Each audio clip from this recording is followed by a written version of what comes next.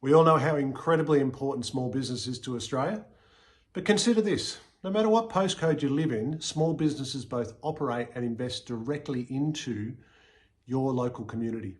There's over 2.6 million of them and they employ more than 5 million people. In fact, they make up more than 95% of all businesses in Australia. And considering the policy focus and the rhetoric that comes out of Canberra, you might find that a little bit surprising. So how does such a large and diverse group of businesses gain common voice and influence in those corridors of power? Anne Nalder is the founder and CEO of the Small Business Association of Australia, and I recently had the great pleasure of catching up with Anne and connecting some dots.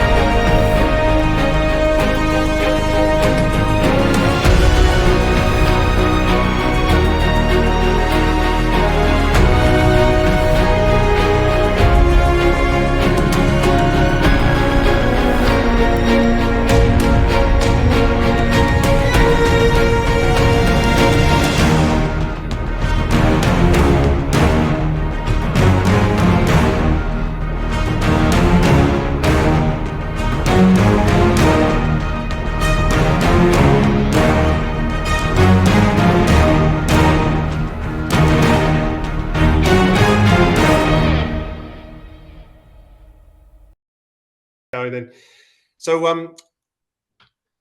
why are small businesses important to Australia, and why should the average punter like myself care?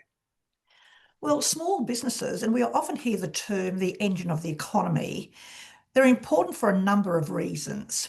First of all, they provide employment, and small business today still remains the single largest employer in the private sector, some 5 million.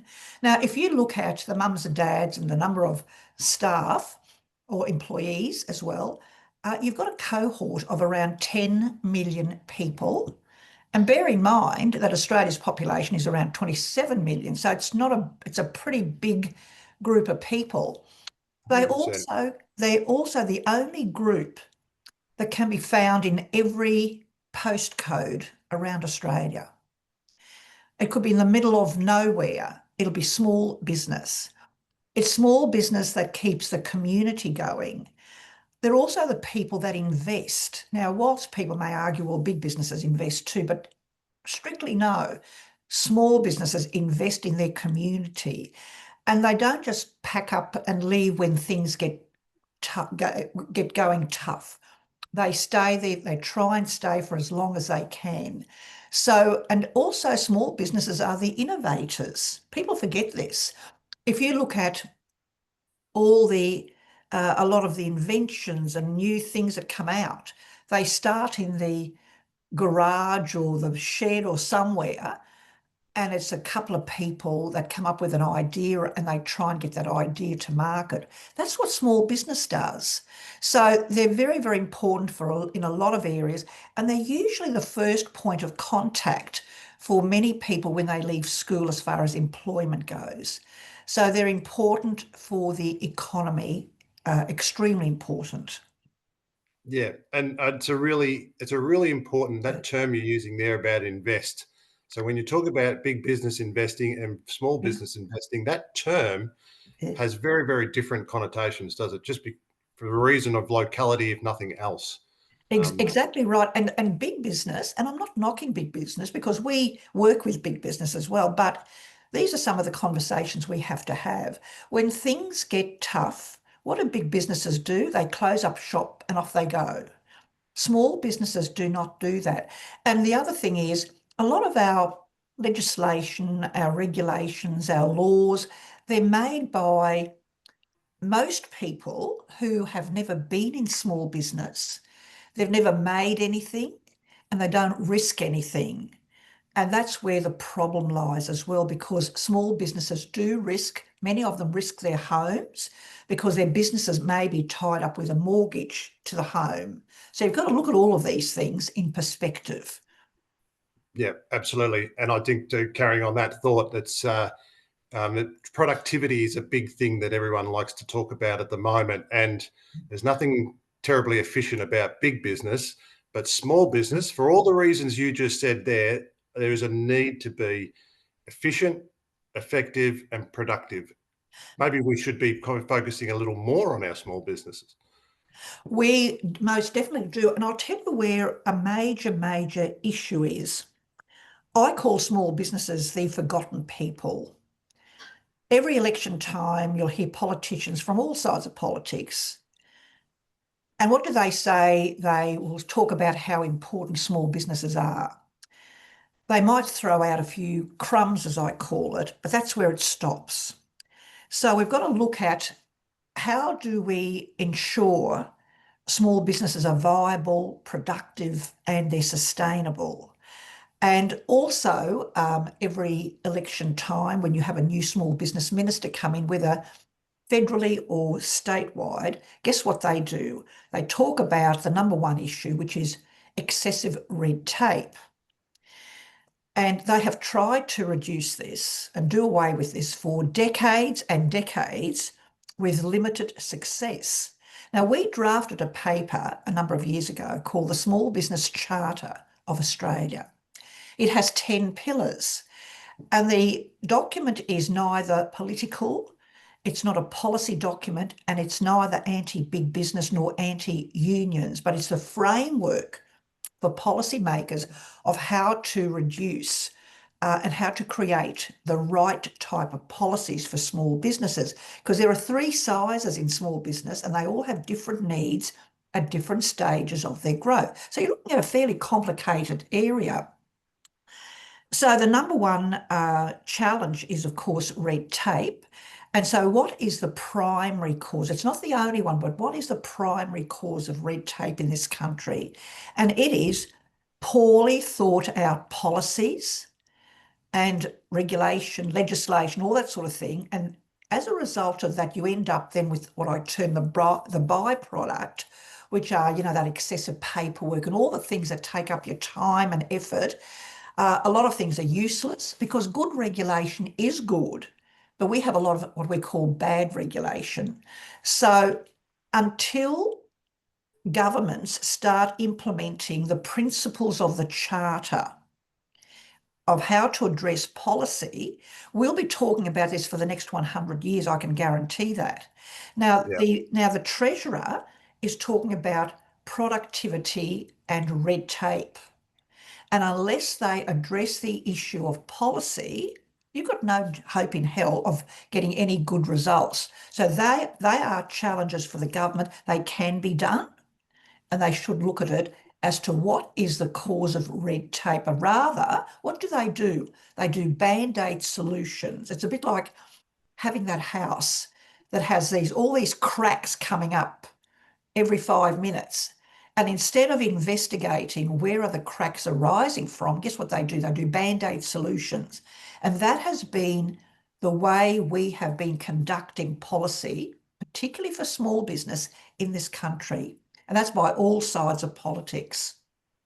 Yeah, I think that short-term populism or photo opportunity sort of Yeah, politics, yeah, yeah, there's a real, I think, a lack of focus on some of those core root causes of red Yeah. tape and bureaucracy and so forth. But I'm sure that you've forgotten more about all that than I could ever know. So Oh, yeah. just on that, on that sort of theme in regards to the 10 pillars and so forth. So you're the founder, you're the CEO of the Small Business Association of Australia. So what is what's the main role of the Small Business Association, and what are you guys? What are your priorities? What are you advocating for on behalf of your members? Okay. May I mention of how this came about? What Please. drove me Yeah. to start? Because there's always got to be a reason. I've been in business for a long, long time prior to that. And the one thing that concerned me, because I would see this in so many different areas, was the high failure rate of small business. And I started doing some research. Okay, what is it? What's causing this? And it's all very well to say, I'm going to be the voice of small business, but you've got to also come up with how are you going to execute that? How are you going to, what is it that you're going to do? What is the reason? What is the problem causing all of this? And my research led me to a couple of things. First of all, we go back to policy. We've got poor policies by government, and that is a major, major issue.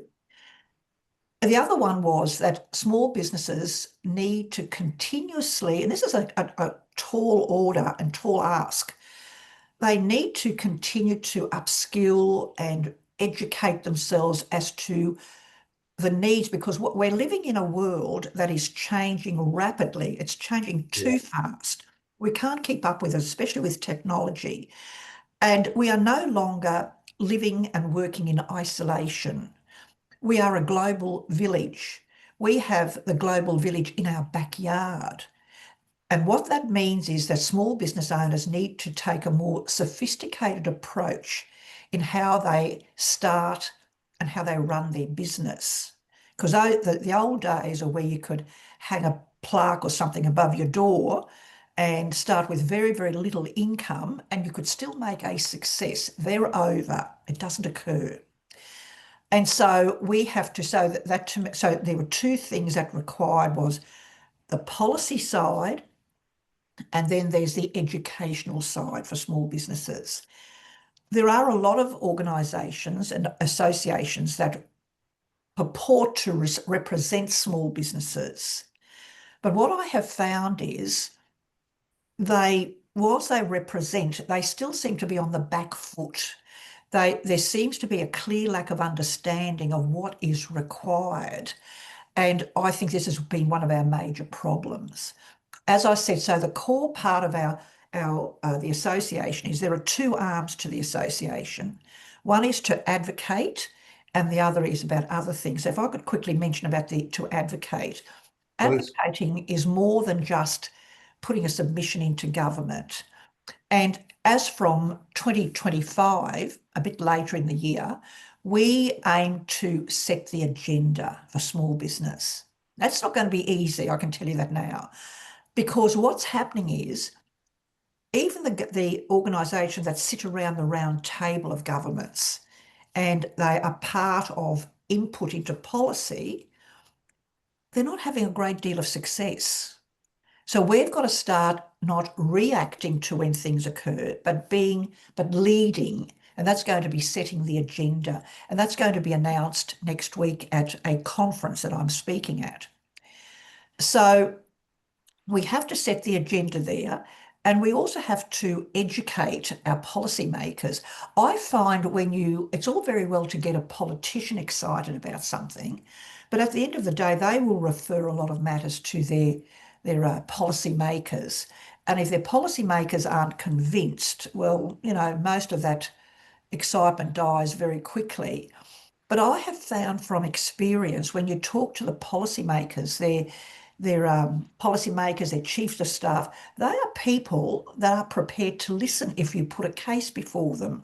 Because deep down, I do believe a lot of stuff is occurring through ignorance because they don't understand. Because if you've never run a small business, think about it. You don't know what the ins and outs are because in theory, what you create might sound great. but in practice, it doesn't work.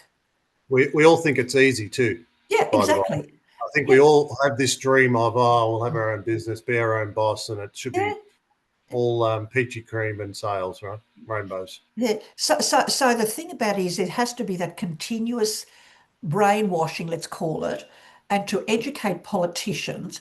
You don't go in aggressively, you don't insult them, because as soon as you do that, the shutters will come down. You need to create relationships, and you need to educate the politicians why they must change some of the policy. The other problem, so that's advocacy side from our side. Also, as a first, and we like to consider the Small Business Association of Australia as a trailblazer, we drafted the charter. Now the charter, as I mentioned, is the only one of its kind of document ever presented in this country. It's long term and not intended for election to the next election. It's long term to create a sustainable and a viable small business and a vibrant small business economy. The other thing is we have a think tank, and that think tank specialises in small business. Again, it's the only one of its kind. And the third thing is our International Small Business Summit that's being held, for example, on the 4th and 5th of December on the Gold Coast.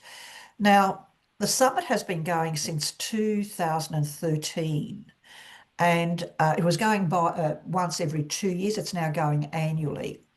And it's not your usual conference. It's going to be about thought leadership and great ideas, and they're going to be people, not just public servants talking. It's going to be small businesses who'll be talking there based on their experiences, where they see the shortfalls and where they see the issues.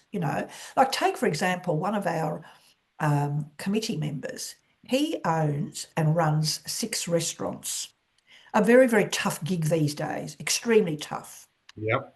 And he's been in that business for 40 years. He employs a lot of staff, and he has seen it all come and go. And that's the sort of person that you need to listen to, who knows from practical experience what works and what doesn't work, rather than somebody who's talking from theory, because theory sounds great.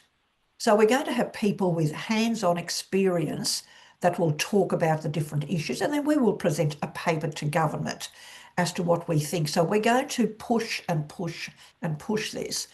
And we're going to, as I said, our objective is to set the agenda. The other side of things is we do a lot of things that a lot of other associations do. It's nothing new, such as networking nights, business luncheons. There's a whole range of things like that, educational programs, whether in person or virtually. We also help and provide assistance to our small business owners who are in trouble. And there's a lot of cases I could mention that are absolutely crazy, not from the small business perspective, but what is imposed on the small business Yeah. owner.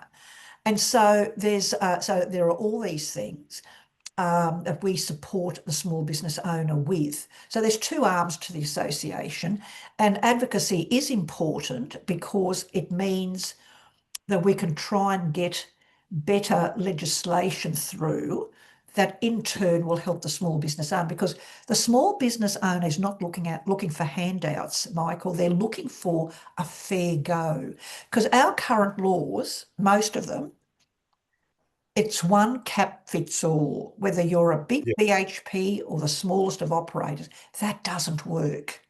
And we've got to change that.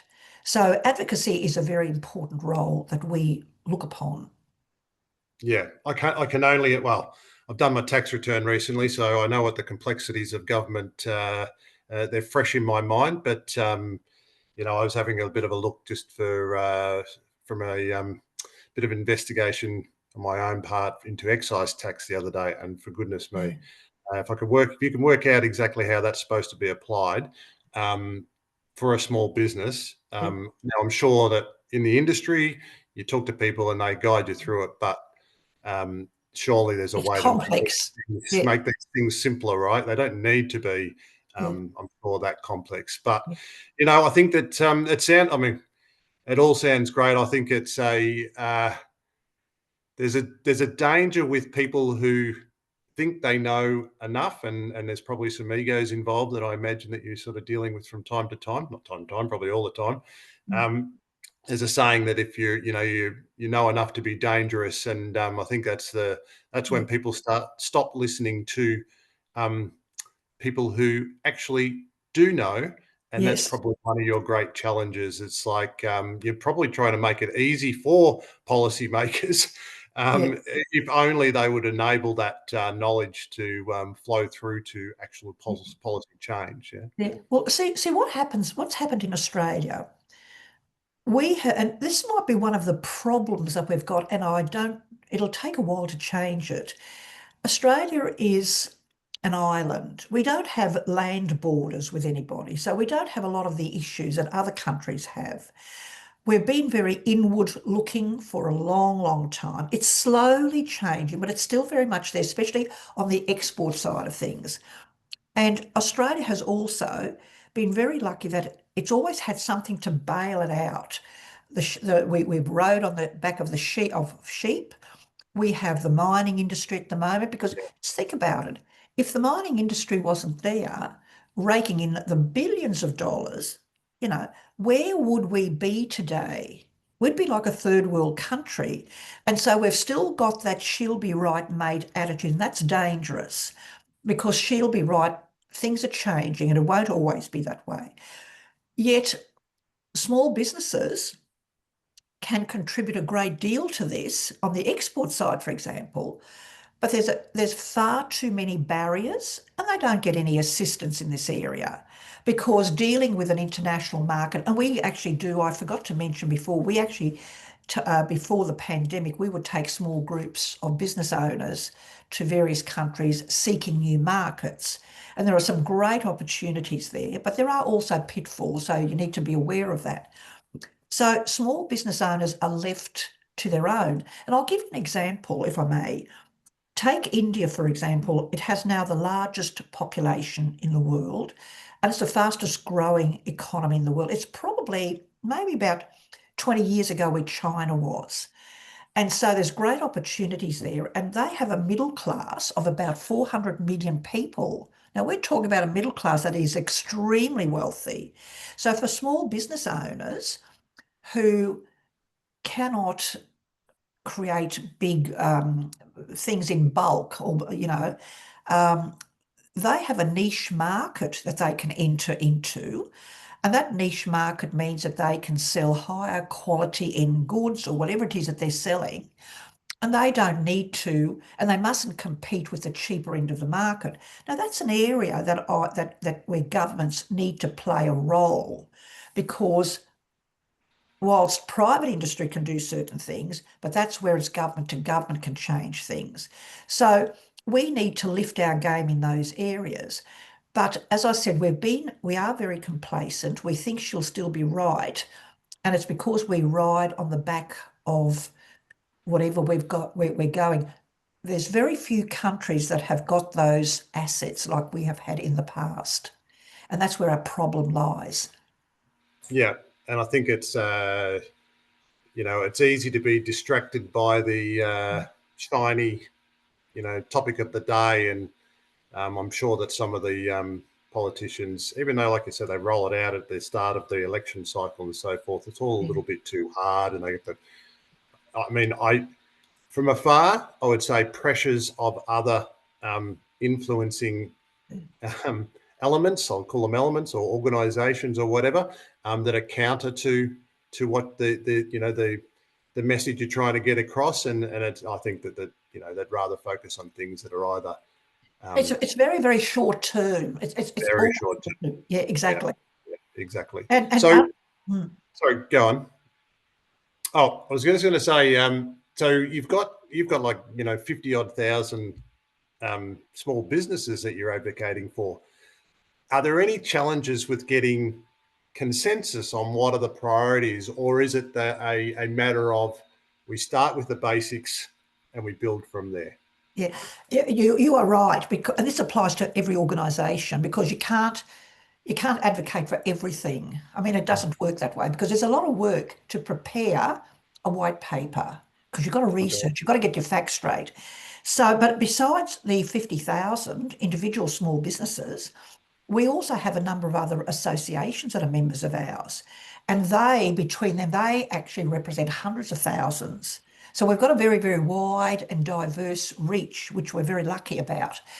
We deal with migrant groups, we deal with, and with our membership and support base, we would probably, you could say, represent just about every field of industry there is in Australia, including mining, because Yeah. most miners in Australia are small business owners. Small business. Yeah. Yeah, the same with farmers. So, but the challenges there are that we need to identify what are the most pressing needs. And bear in mind that I suppose when somebody brings up a topic, a challenge, that's important to that particular person, but we can't advocate for everything. Our number one priority is to get that message out like a broken record, concentrate for governments on policy, because when you get your policy right, you solve about 80% of your problems. If you look at policy for industrial relations and taxation, for example, those two areas have been designed strictly for small, not small, strictly for big business, large businesses. I have actually had a one-on-one meeting with a current cabinet minister in the Albanese government, and even he admitted that IR and taxation is made for big business. So we've got to start I looking. won't ask you to name that individual I'd rather for the not. He's sake. actually, he's actually a very, very nice person, and I'm it is sure a it is. true story. But I'd rather not. He I'll might respect lose his that. portfolio. Who knows? But it is a true story. I do like the idea though, and I appreciate that that there's a reason why some of these people who are sympathetic and probably advocating internally, but need to be very careful about how they voice um, their misgivings on things like policy. But I do find it heartening that they can, on the side, have those frank conversations with key individuals like yourself to Yeah, yeah, about what actually is going on. It gives you an idea of or gives us all a bit of an idea of the size of the yeah. challenge, right? Yeah. Well, I'll tell you what. When you come talk about a challenge, and my question is, why not? This is a why not.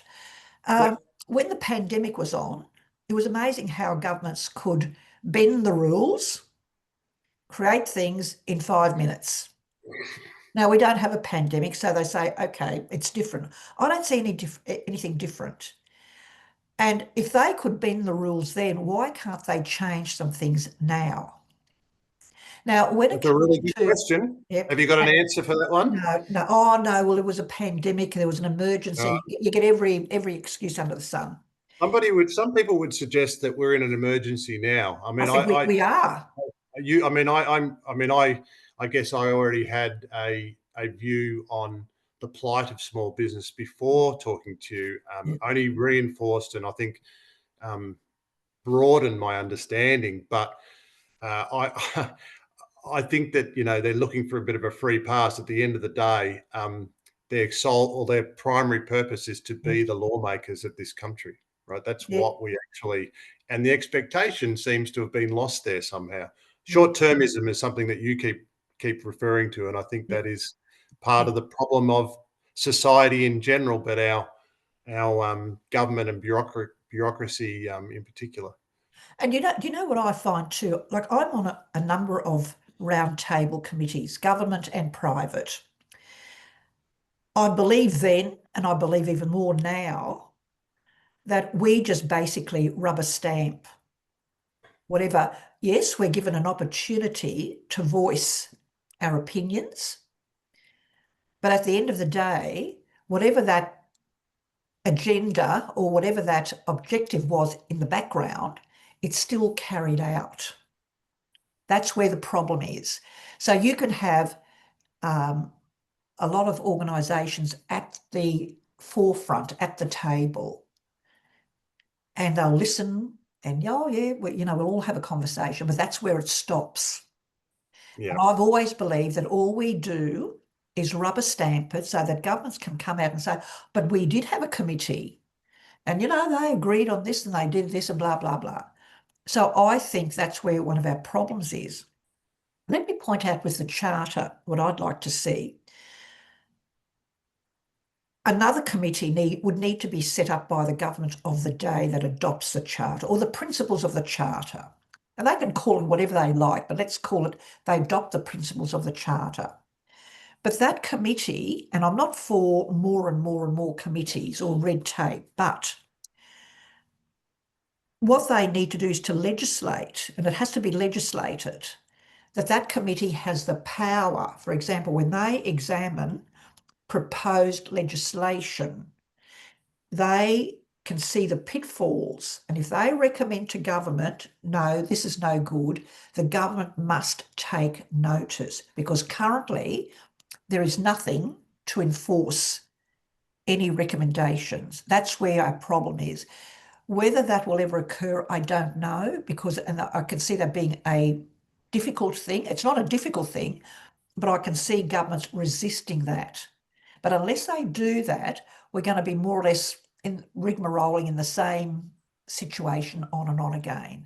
Yeah. And it's very, very foolish, because when governments talk about, the Treasurer at the moment is talking about red tape and productivity. At the end of the day, if a country, for example, is in a downturn or in a recession or whatever, at the end of the day, it's small businesses that lead a recovery. It's historically, it's a fact. You can research, do all the research. So that's why they've got to look at small businesses, and they've got to take notice of what small businesses tell them, because they know what works and what doesn't work. And until that, we're going to be talking about the same thing all over again. I would like to see Australia become known right around the world that this is an entrepreneurial country. This is where your dreams can come true. Now, we know that won't always happen, but where you've got a great opportunity to make some money, because without that, you can't run a business. And this is also about wealth creation for the country. So it's not a tall order, it's a smart way of thinking. And you will find countries like Germany, etc., their exports have always been led by small business, not by big business. And right around the globe in modern contemporary economies, about 98 to nearly 100% of businesses are small businesses. In Japan, it's 99.7% are small businesses. The United States is the same, even though we sort of have a perception that it's all about big business. So you've got to start looking at the little guy for a change, and to create, because they are the people that are genuine. They work their guts out, excuse my language, and they are passionate about what they do, and yet they're invisible. Yeah. And that's It's where the problem is. Oh, it must be incredibly frustrating for someone, because I know you've been advocating, or been both living and on the other side, sort of like promoting for small business for such a long time. Yeah, But the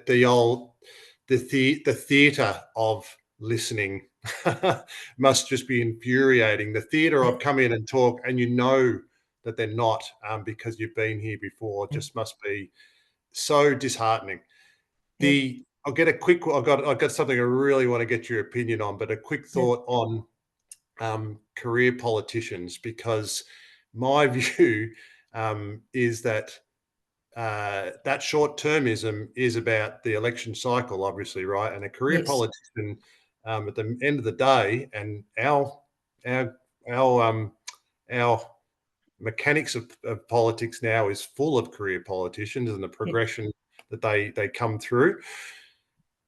The only way to actually to probably get the structural, systematic change that we need Yep. is to threaten, it might be a strong word, but threaten that career. So there's something in it for all of us, not just from a day-to-day, because the small businesses are in our communities, but also we do go to the ballot box. We do, yep. Look, I think you're absolutely right. And we have never interfered or taken part in elections. But it's got to a stage of where we believe, and I'm not the only one because there's a whole group of other associations coming together with us. So we're not the only one. So we're talking about a collective group. And we have got to the stage of where we are going to target politicians and make them accountable. There is no accountability, and I'm generalising now. There are some very, very good individual politicians from all sides that I personally support, but I'm talking about generally now. Politicians, they command the number one, the top job in the country, even if you're a backbencher. You're the number one citizen and the lawmaker. They make the laws, but they're not accountable. And I'm going to give you an example. Take the Brittany Higgins situation that happened in Canberra. And I'm not taking any sides, who's right, who's wrong. But was anybody held accountable for that behaviour that went on within this structure? Now, in small business, if that occurred, the owner would be sued till the cows came home, or they might even be put in jail. But nobody's been accountable. And yet these are the very people who can't get their own act together, yet they make the laws for us. They tell us what to do, how to run our businesses. These are the laws that you must obey. And yet they don't obey. And from what I understand, what I'm hearing, not too much has changed yet in Canberra. So there is accountability. As to professional politicians, at 3 years is too short because it takes about a couple of years to settle into a portfolio, all that sort of thing. And then by the time you've done that, it's time for the election again. Now, the danger is if you've got a lousy government, you can't throw them out. But at the same time, I think we've got to look at 4 or maybe 5 years. They do it in the UK. They've got 4 years in the US, all that sort of thing, and other countries as well. So 3 years is too short. And they should be concentrating on their job. Now, politicians, if you are in politics for too long, as you talk about a career politician, I believe that they grow out of touch with reality. And why wouldn't they? Their airfares are paid for them, their staff are paid for them, they need money to print flyers and things that's paid for them, their offices are paid for them, all those sorts of things, very generous superannuation still, all that sort of thing. So they are out of touch. But if they had to run their department or their electorate as a separate business, where they have to worry about where is my next amount of money coming in to pay my staff, or can I afford to print things, you would find a different attitude. Now, I'm not advocating for that, but I'm just giving that as an example. They are out of touch because everything is provided, and we, the taxpayer, provide that. Now, when they create employment, whether it's state or Commonwealth, in the public service, that is taxpayers' money. So we are actually employing politicians. We are employing the public service, and it's taxpayers' money. It's not their money. So when they talk about all these things, we need to put things into perspective. And so to me, Yeah, our system is flawed. I think it's also flawed with our preferential voting system, because when I you look at agree. the last election, the current government came in on 30+%, which means there's still another 60 odd percent between the coalition and the independents. It's basically like 30, 30, 30-ish right through when you break it up, although the coalition's dropped, I think, to the mid-20s at that time. And yet you can come in with this massive majority. I mean, it's Alrighty. Yeah. historically, it's huge. And so there's something very wrong there. And I can remember one year when Malcolm Turnbull did a double dissolution. you could get into the Senate at that time with a 4% vote. And Right. we ended up with a whole lot of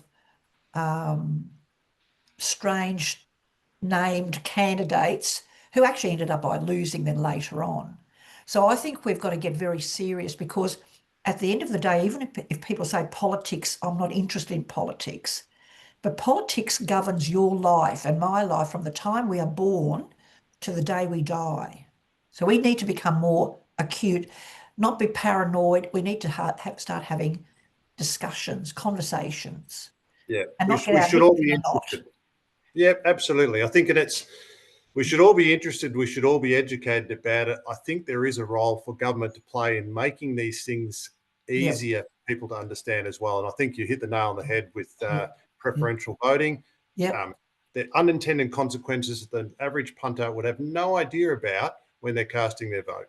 And it's hard and complex to work out, and most people don't have the time or inclination to try and understand it. yeah, I think it yeah, yeah, definitely works that way. I think just on it's an interesting point you make about the accountability too. I think there's many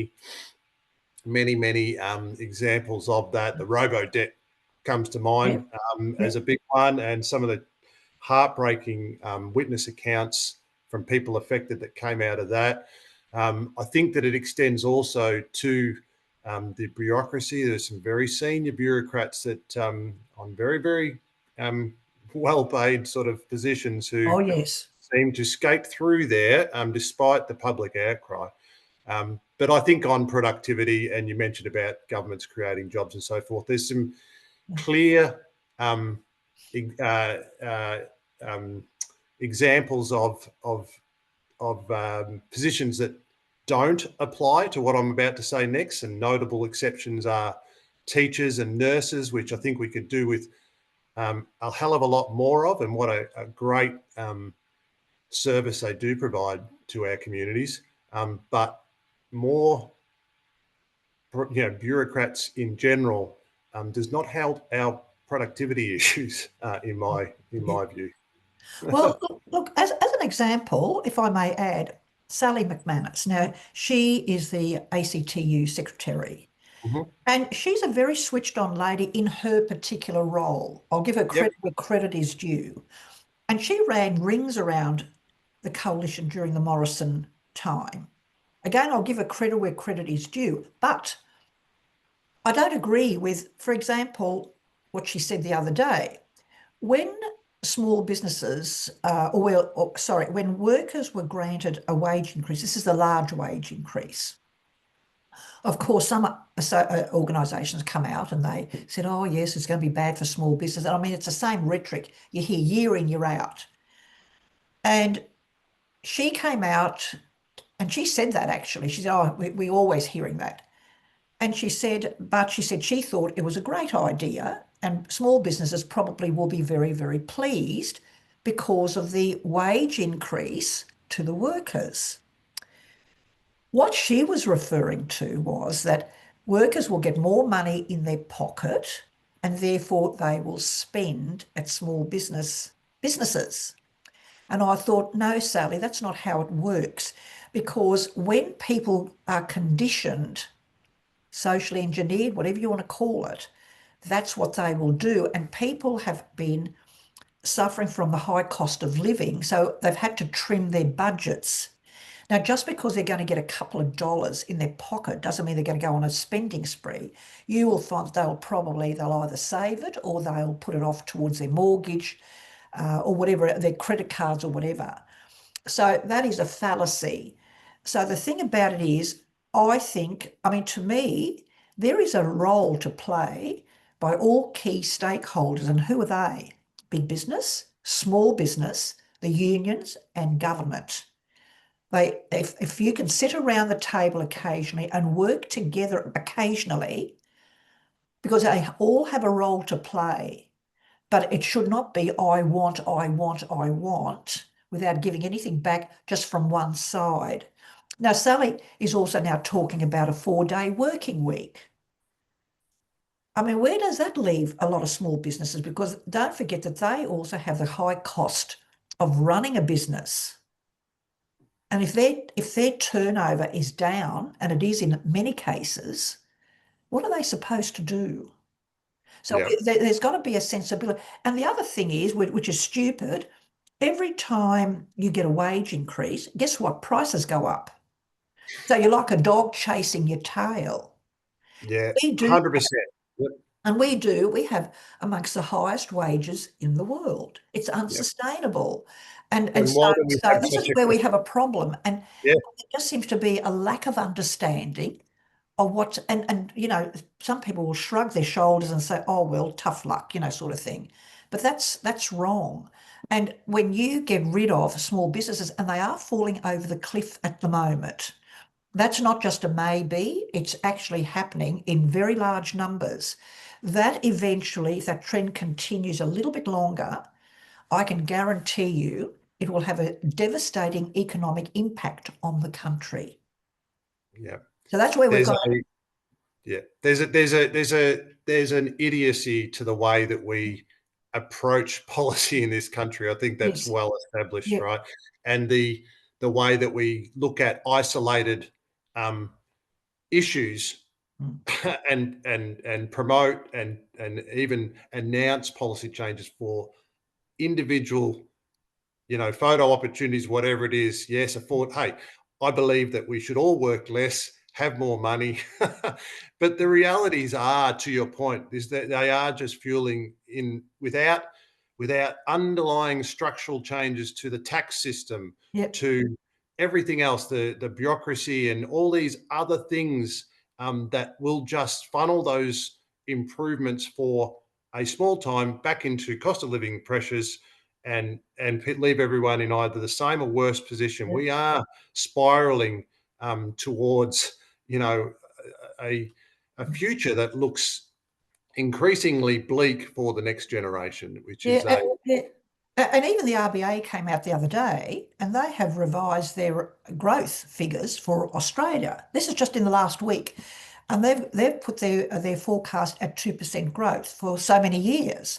So you're looking at not exactly a most encouraging period, and yet we could. And so to me, now where we have a problem too is our current, we spoke about earlier about the political system. And but we need to have to have a good government, you need to have a very effective opposition. yeah, Now, the opposition is outnumbered by massively, like 2 to 1, I think, or it might even be larger than that. And but they, in my opinion, at the moment, they are making massive mistakes because they have not got their act together. They need to, and they seem to be reactive all the time. They'll come up and say something, whether it's on foreign policy or this or whatever it is. And then the Albanese government has gone one step further where they're on a new thing. So the opposition seems to be trailing and they seem to be out of touch. So they've got to get their act together to work out, are they going to be extreme right wing, middle of the road, whatever? They've got to make up their mind what is it that they are going to do. And they have to go in there and they have to start working very hard on behalf of the electorate. They have to work very hard to fix things for small business. I don't hear too much coming out at the moment, and so forth. So this is where your problems are. So they need to get their act together, and they need to really work. They mustn't criticise the government on everything they do. They must work together where it's feasible, and then they must critique where it's wrong. And it's about time to. A lot of people criticise, but they never offer a solution. It's yep, I know it's easy to sit in your armchair and criticise, but you're not, if you're going to criticise, offer a solution. And so they need to be in touch with the electorate. They need to know what's going on. And they, in my opinion, at the moment, sadly, and forget about how you vote, it's got nothing to do with how you vote. They seem to be on the back foot. And so I think this is what we need in this country, a very effective opposition, and we need to work. And unfortunately, and this happens on both sides of politics, a lot of things are political. It's like policy on the run, all that sort of thing. I'd like them to come up with things that are a bit more sustainable and thought out rather than something on the run. So we have some issues in this country, because if you've got a very weak opposition, a large majority government can become very arrogant and complacent. It's a fact of life. Yep. Hopefully, the Prime Minister can keep a lid on that. So these are the things that we need to look at. And we need our crossbenchers, even though they're in a minority at the moment, some in the Senate, and they may not be effective because Labor has just got to join with the Greens and they've got the numbers in the Senate. So they still need to not lose perspective, and they still need to be batting in there and doing the right thing by the community, whether it's in social issues or economic issues, because I actually believe the two go together at the end of the day. If you let people fall through the cracks in social issues, that's detrimental as well to them and the economy. So we've got some, I think we have got some serious issues on hand at the moment. Yeah. It's really interesting listening to you talk about that, because it's like, and I didn't mean to take us down the politics. Oh, sorry about that. So far, but it's. I think the reality is that it is so relevant to almost everything in our lives. I don't, our government today. I don't understand if that is the case, that why they wouldn't be advocating for small business as well, for all the reasons that you said, both sides of politics. Yeah. I think that social issues are important. I think that communities are actually much better placed to actually help address that. But if communities are struggling economically, there's less likely to these social policies to stick. And I think that the Albanese government have seen some of that firsthand in their first term. And I guess my want would be that, address the economic challenges, address the tax system, address all that first, and everything else, I think, will flow. People are good, it's, and it's like, if you don't have them fighting for their survival from day to day, living hand to mouth, then they will take an interest in their fellow community members, and they will support them. And I think you will find that, not utopia, I don't believe that everything will just go away, but I think it will make it easier, and some of those messages will be easier for the government and other interested parties to reach people. But it's hard when you're having trouble putting food on the table, isn't it? Oh, look, it is. And I tell you what, the cost of food is absolutely horrific. It goes up before your eyes all the time. And I think we have to start looking at, see, this is another issue that when you talk about some of the issues facing, small business, I spoke about policy because that's a main area. But when you look at Coles and Woolworths, they still have a duopoly in this country. In America, that's illegal. In other countries like the UK, the supermarkets changed. I think the biggest one has about 21%, and they're sort of broken up. There's about 5 of them. In Australia, Coles and Woolworths still dominate. And they dominate in a big way, So, and they, in my opinion, this is where I see a mistake. Australia is a small economy, even though we've got 27 million people, but we've got a very large country, but it's a small economy in reality. And in a lot of countries, you can't do what they've done in Australia. In other words, they've become not only the supermarket, the butcher, the fruiterer, the chemist, 100%. the cosmetic place, all that sort of thing. They should be strictly, if you're going to be a butcher, if you're going to sell cosmetics, that's where they should be. That allows everybody to have a fair go, I call it. And of course, it's convenient, everything under the one roof and that. But does it do any good in this country? No, it doesn't. It takes away business from the small business owner, the news agent, all that sort of thing, because they've decided to become a news agent as well. So I always ask the question, when is enough profit enough? And in other countries, if you are a grocer, that's what you are.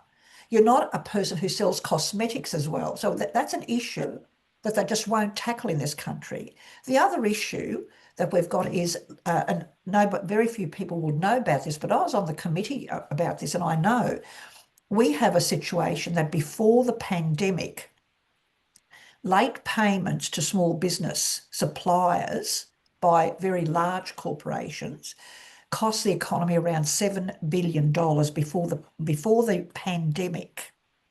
So there was the government, the current government, they created a task force, all that sort of thing to investigate. I was part of the committee, and they looked at all the different bits and pieces. How do we fix this? Now, there's a very easy way. And I actually said my piece because the EU, which is heavily regulated, but this is one regulation that's very good, they are very black and white when it comes to late payments for small businesses because they understand the problems it can create, you know. And so they've got it legislated, and it's a very, very good policy. And so I mentioned this. Around the table, I was told, oh, yes, but if we go hard on big business, they will leave Australia, which is a load of rubbish. It's not going to happen. And so they came up then with a few things like name and shame, all this sort of stuff, which is a load of rubbish as well. They don't care. And last year I received the Treasury report that looked into this. Now we're going back so many years ago, remember? And in that report, it talks about the late payments, and it says that nothing much has changed, and we shall have to keep an eye on it. That it should be a priority, because if a small business has to borrow money, or they can borrow, or they're given credit terms by the large corporation, that should not be the case. They should be paid on time. Can you imagine a small business who didn't pay a large corporation? If you've got a debt, even as an individual, you'll be put through the cleaners very smartly. Now, I'm talking about late payments of 120 days and longer. That's obscene. Yep. So there's some of the issues that we have. So there's a whole lot of crazy things that go out on there. A lot of people aren't aware of it because unless it affects you personally, you don't know about these things. But it's also unconscionable. Like that, I think that people wouldn't be aware of it because they think, how would that be allowed to happen? It does. It's happening right now in Australia. Yeah, exactly. And it's like, so it would, I think for a lot of people, that would be a surprise. Like because it just certainly, I'd hate to use the term un-Australian, but it is just another probably example of poor corporate behaviour. It is corporate. Not all corporations do that. Some are quite good. Of course.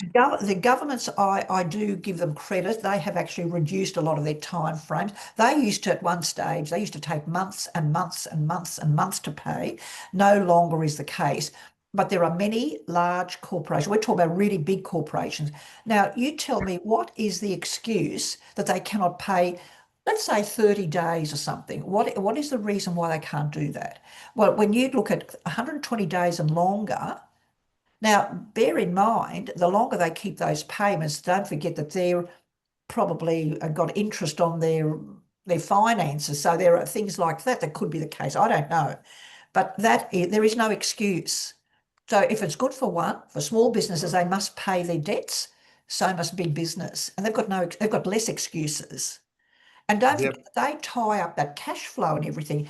Now, by tying up that cash flow for a small business, that has the potential to bankrupt that business. That has the potential where it's like a domino effect. They can't pay their suppliers, and it just goes around and around. And if they are lucky enough to borrow to keep them going, don't forget they will be paying on their borrowings. They'll be paying interest. So it's not a free thing, and that is absolutely wrong. And it's all very well to say, but you can claim it on your tax deductions, etc. It doesn't work. You can't claim everything. It doesn't work that way. Doesn't help if you're a small business owner who's got their house on the line, does it? So I think to me, there's really a lot of double standards. I mean, we could talk for hours about it, and I can give you actual examples. I would love that. but there are examples after examples, but if I just may, when we talked about policy, if I could just add one thing about how we deal with things. A number of years ago, I received a phone call from one of our members in Melbourne. He owns a little reject shop. It's like a reject shop, I call it. You know, those $2 shops. Yep. Been in business for over 20 years, no complaints, no nothing. And the following episode was not as a result of anybody complaining, but rather the inspectors from Fair Work that comes under the Attorney General's Department, that applies in each state. They were doing their random inspections, and on his receipt, he had no refunds after 7 days. Now, I would hardly call that a hanging offence. So he was slapped. Instead of warning him and saying, look, you've got 7 days or 30 days, whatever it is, to fix this, and if you don't, you will face a fine, he gets slapped with a $5,000 fine on the spot. So I rang the Justice Department. I spoke to their officer, and I couldn't get it waived because once the infringement notice is written out, you can't cancel it, according to them. But the lady in question told me, she said, but he's got a choice. He can contest that, just like you can with a driving infringement notice, whatever. However, if he takes the matter to court, it's not under the civil code, but it's under the criminal code. Now, you tell me where the criminality is in that, because I don't know. I'm lost for words there. And if he loses, he's got a criminal record. So I was able to have him, they allowed him to pay it off, because $5,000 for a small business, it may not seem much, but it's a lot of money straight out of their kitty. And that has always left me. I thought, how can that be? And you know what? I have asked the question to this day, nobody can tell me, why has it been thrown into the criminal category? Because I would hardly call that a hanging offence. Well, I mean, it might, even if you did suggest that it was maybe not a lot of money, just I mean, on principle, being, the whole story just makes no sense. I think that even more infuriating, we've all had parking fines over the days. It's like, oh no, once it's written, you can't take it back. I know. I find that a ludicrous response. I find that something that I can't be bothered. Therefore, this is how I'm going to deal with it. And I shake my head, because I think that there's examples of that right through bureaucracy. It doesn't serve the public as public servants, the name would suggest, and it just drives me crazy. I did want to get, before we finish up, you mentioned earlier about entrepreneurship, and I really wanted to get your view, listening to all the problems. I think that you must be an eternal optimist, just for the fact that you're actually still out there fighting that good fight. So thank goodness you are, Anne. But in Australia, so we pride ourselves on having a go. At least that's what I was instilled with me when I was growing up. That that's what Australians pride themselves on, having a go. I know we've got the tall poppy syndrome, which is almost counter to that, but have a go is what we sort of like tend to pride ourselves on. But are we creating the right environment for the next generation of entrepreneurs and small, medium business owners? Is that support? Because there's obviously a drive, there's obviously a want. You've got representation for like 50,000, 100,000 of these small businesses and so forth. There's obviously a want, but are we stifling it, and how are we at risk of that, putting that in danger in our future? We are, because I tell you what, we are killing off entrepreneurship. There's no two ways about it. Because when you start creating a situation like a nanny state where the government thinks for you, they know what's best for you, and they will solve all your problems. That creates people can become lazy, not because they're lazy, but that's you take that out of them. What we should be teaching people is actually we should have safety nets. I don't disagree with that, but we should also be encouraging people to stand on their own 2 feet, and that starts with our education system. Believe it or not, right from year one. And that's another story that we need to talk about in our education system. And so we are, and on top of that, a lot of the grants, for example, and things to our R&D, for example, research and development, all that sort of thing, that's stifling. It's not very, very good. And so you'll find also a lot of grants are not intended. They're helping the bigger end of town. So to me, there's a lot of things that we've got to look at. How do we encourage entrepreneurship? What are the conditions? What are the things that'll make it work? They're not necessarily, as I said, they're not necessarily looking always for money and handouts, but they're looking at a situation where they can get on with running. Like if they do go into business, they are looking at ways of where the government steps aside and lets them run their small business. As an example, an RTO person, a person who's got an RTO license, about 40% of their workspace is taken up with regulation compliance. That kills off entrepreneurship. When some of our laws in this country are very harsh. If you get it wrong, it's very harsh. That kills off eventually. People get just absolutely cheesed off and they give up. In Australia, and I'm going to give you the figures now, we have a certain number of people that go into small business and a certain number that exit small business.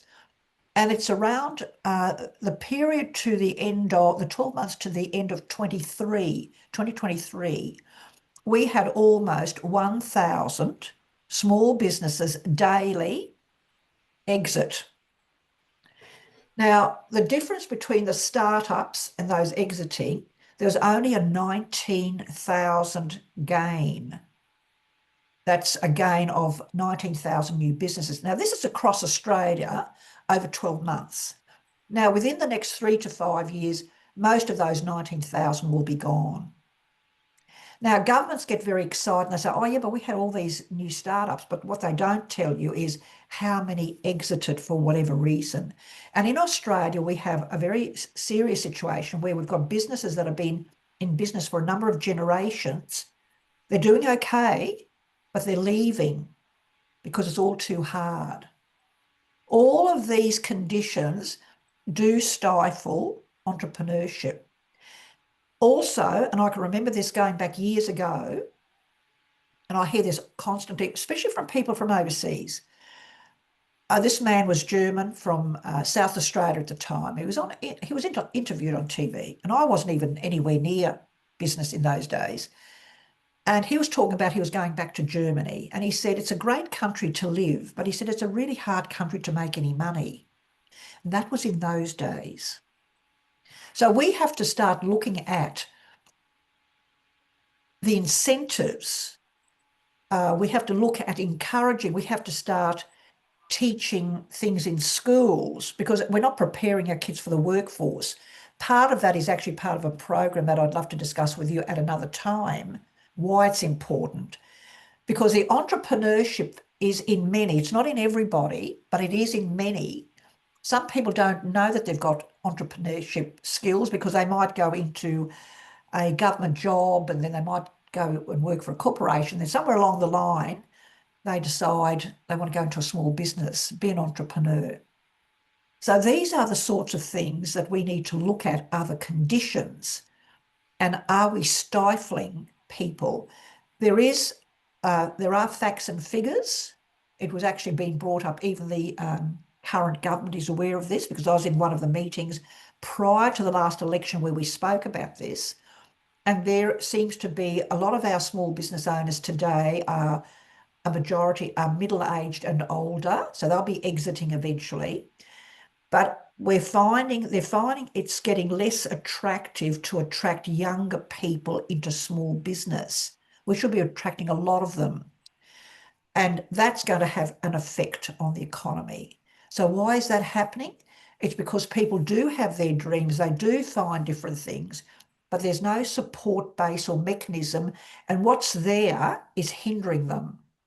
And when they see their mums and dads, like kids who grew up on farms and see their parents battle and work hard, and at the end of the day, what do? They don't end up with a reward.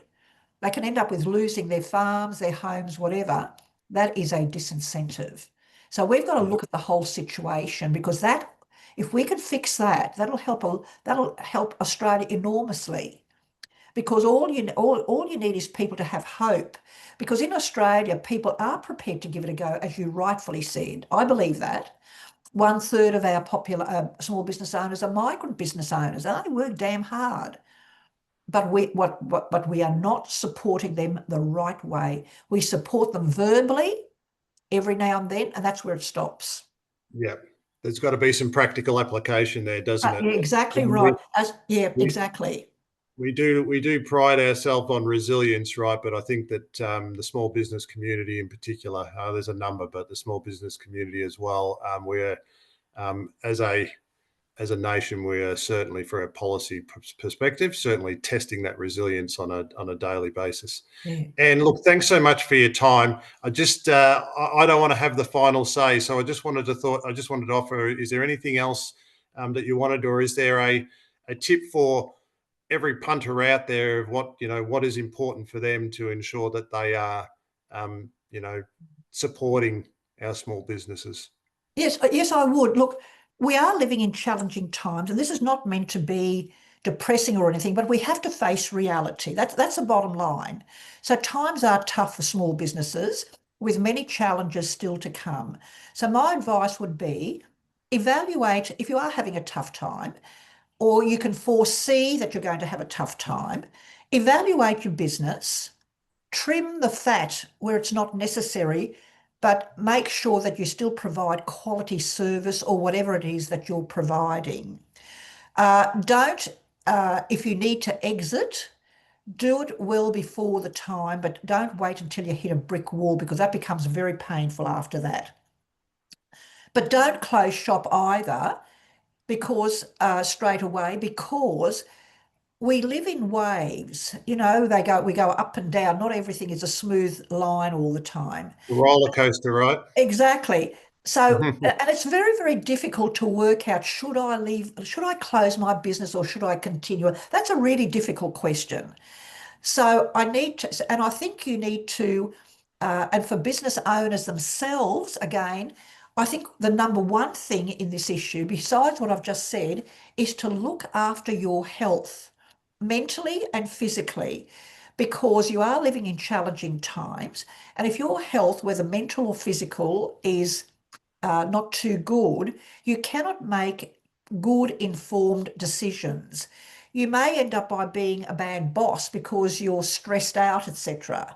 So you need to start looking after your health. You need to start having a very cool head. I know it's easy to say that, but if you want your business to flourish or to continue on and survive and then grow when times are better, I think you need to start looking after you, number one, which also relates to your family as well. Because don't forget, if you become grumpy and all the rest of it, your family suffers. So you don't want a marriage or relationship breakdown. So they're the issues. Look after yourself and then trim and evaluate where you stand with your business. And you've touched on, I won't be able to name them all, but I think, we've talked now, or you've mentioned health, community, government, tax, education. Clearly, you have a broad understanding of all the different moving parts and how the interconnected nature of, which I think is relevant in that small business space, because everything is so everything, one thing, a domino effect, I think you mentioned, and they all are all interconnected and rideable. But thanks again for your time. Really appreciate it.